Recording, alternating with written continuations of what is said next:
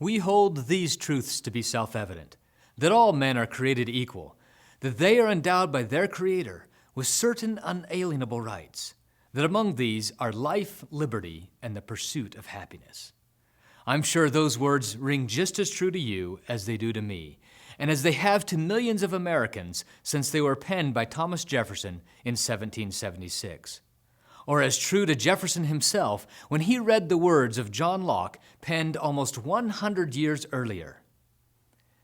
The state of nature has a law of nature to govern it, and reason, which is that law, teaches all mankind that being all equal and independent, no one ought to harm another in his life, health, liberty, or possessions. In Locke's quote, you hear the similarity to the laws of nature and of nature's God, self-evident truths, all men are created equal, and the unalienable rights of life, liberty, and property. Why do they sound the same? Because they are the same. Because they both declare fundamental principles of liberty, and because John Locke and Thomas Jefferson both knew how to speak the language of liberty. How did these two individuals, divided by a span of 100 years, come to speak the same language of liberty? A crude interpretation of history would lead one to simply state, Thomas Jefferson read Locke and copied him. While this is true, it misses a deeper understanding of Thomas Jefferson and his life's work. These principles are interwoven throughout Jefferson's public speeches and private letters. It is clear that he did more than just copy Locke. He studied the philosophers of freedom throughout history. He sifted out the self-evident natural law principles. He studied them, lived them, taught them, and implemented them. They became part of him. They became second nature to him. As you speak to friends and family about the important issues of the day, or try to explain to a coworker the importance of defending their freedom, how often do you get tongue-tied and find it difficult to express what is in your mind? Or you might easily explain the logic of your case, but leave your audience unmoved and uninterested because you failed to inspire.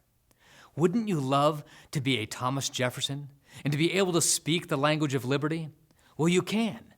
You can learn and speak the language of liberty. How? How, you might ask? The answer is simple, the same way Jefferson did. In the next few minutes, I will share with you 3 important steps you can take to learn and speak the language of liberty. First, immerse yourself in the principles of liberty. Second, speak with both your heart and your mind. Third, be positive, optimistic, and forward-thinking. The first step, immerse yourself in the principles of liberty. Do as Jefferson did. Study the principles, live the principles, teach the principles, and implement the principles. If you do, you will soon be able to speak the language of liberty. As a young child, you learn to speak by being exposed to others speaking. You are immersed in your native language, and you learned it. Even as an adult, you continue to increase your vocabulary by simply listening to or reading the words of others. And you can do the same with the language of liberty. And we can do it easier than the founders could do it. See, in the Founders' Day, there was no nation in the history of the world that had crafted their government into specifically embodying all of the principles of liberty. The founders had to sift through thousands of years of history to discover and package these principles. Now granted, the founders' works are thousands of pages and dozens of volumes, but the principles they discovered can be summed up in a few significant works. In addition, there are some modern books that have further refined the founders' works into a few short volumes. And most importantly, read and reread the Declaration of Independence and the Constitution often. As you read and gain a deeper understanding of the principles of liberty, live them, not just in relation to your government, but in your everyday life. You will find that the principles for good government can apply just as well to individual and family governance as it does to local, state, and federal government. As you read and live the principles, teach them. Always teach. The best way to retain what you have learned is to immediately teach it. Get so that the moment you learn something, you are restless until you have imparted what you have learned to another. Finally, implement the principles. You will have already begun to do this as you have lived them, but now strive to implement them into your community, your state, and your country. The second step, speak with both your heart and your mind. The language of liberty is more than just the words we use. It is the combination and context with which we use them. It is not enough to pontificate on the logic of a principle or its logical application to an issue. For most, that is exactly how it will be viewed, as pontificating. Nor does it suffice to seemingly lose all reason in a passionate and emotional rampage. Neither approach will convince or inspire, and will most certainly not move another to action. For example, we could go on some rant about welfare and how the poor are lazy and need to get back to work, or how they're leeching off the system. While that may be a logical approach, it does nothing to stir the passion in another, other than the thought that you are cold and heartless. I am sure that most of you have compassion for others, but this approach certainly does not indicate that. Consider this quote from Franklin. "I am for doing good to the poor, but I differ in opinion of the means. I think the best way of doing good to the poor is not making them easy in poverty, but leading or driving them out of it. In my youth, I traveled much, and I observed in different countries that the more public provisions were made for the poor, the less they provided for themselves, and of course became poorer. And on the contrary, the less was done for them, the more they did for themselves, and became richer." Franklin's approach actually increases in logic, but satisfies the emotion as well. In addition, he leaves no doubt that he wants what is best for the poor. Stirring both the heart and the mind can be a tricky balancing act. Notice that Franklin used personal experience to give credibility to his logic and allow for the listener to connect to him emotionally through a personal story. Personal stories and experiences can engage the listener both logically and emotionally. Another way to stir the heart and mind is to allow others to mentally engage in your message. This can be done by asking a rhetorical question. "Got milk?" for example. This simple question demands engagement and made the beverage cool again. Use statements that allow the listener to plug themselves, their own knowledge, and their own imagination into your statements. For example, fiscal responsibility, constitutionally limited government, and free markets are very logical, but provide no opportunity for the listener to personalize them. On the other hand, personal freedom, economic freedom, and a debt-free future allows them to insert their own vision of what that means and how it affects them. "Pursue your American dream" is a perfect example of a language of liberty phrase that immediately results in the desired effect. To most people, on the right and on the left, that phrase means the freedom to pursue my own course in life through hard work and the right to keep what I earned as a result of my efforts. Doesn't that truly represent what we are trying to teach in its simplest form? Yet we did not have to say all that. We simply said, pursue your American dream. The third and last step, be positive, optimistic, and forward-thinking.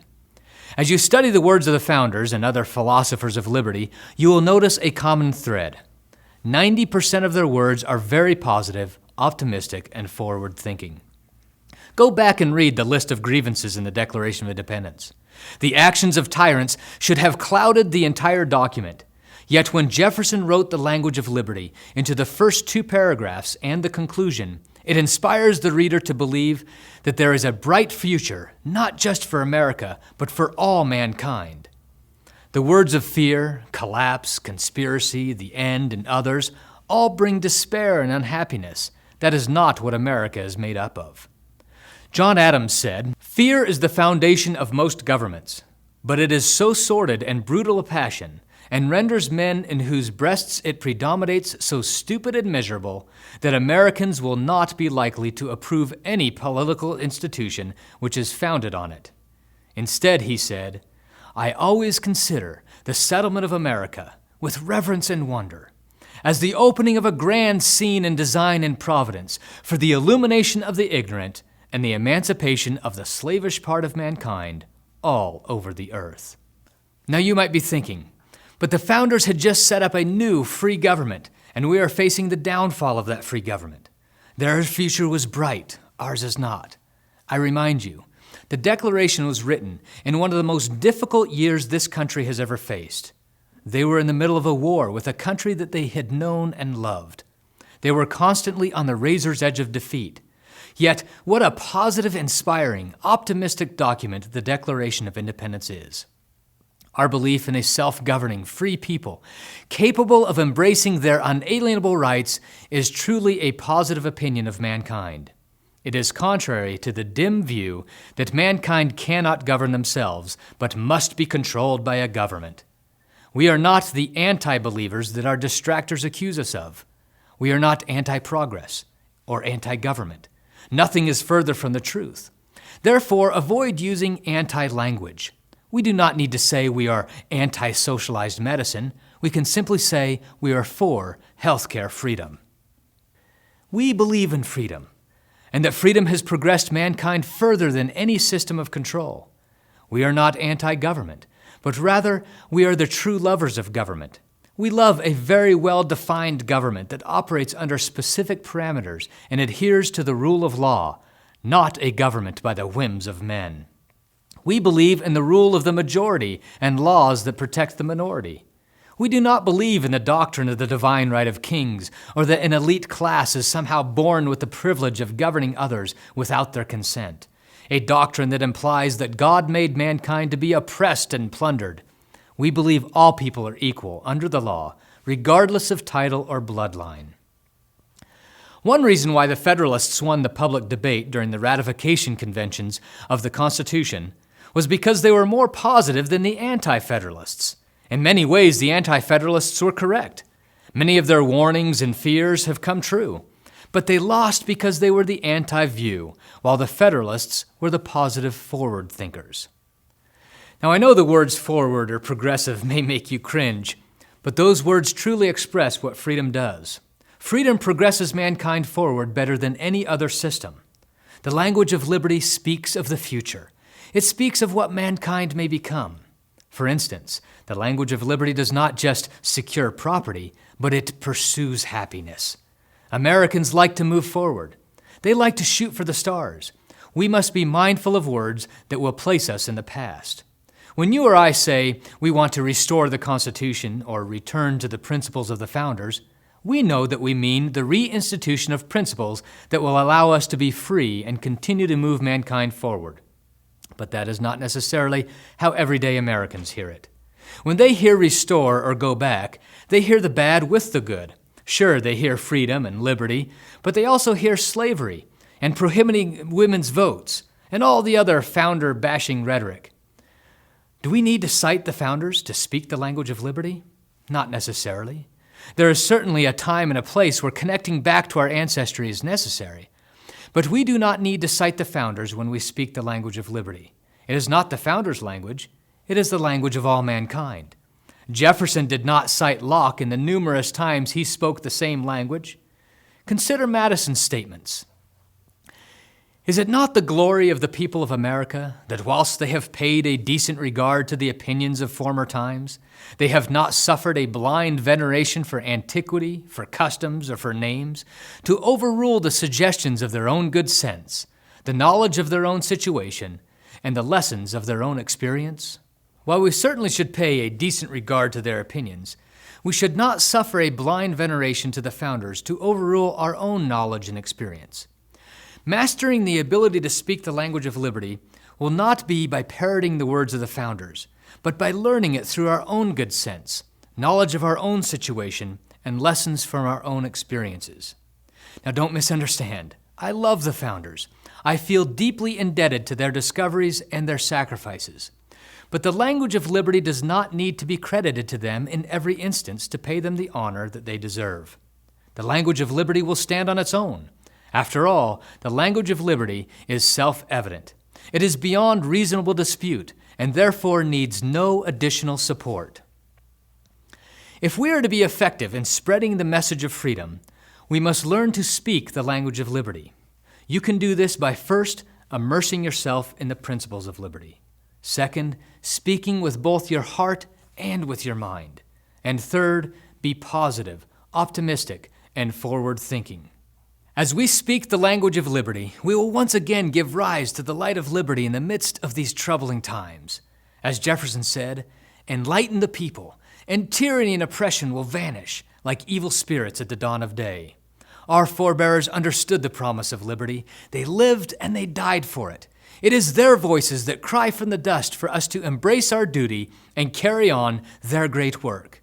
Now, go forth and proclaim liberty throughout all the land unto all the inhabitants thereof.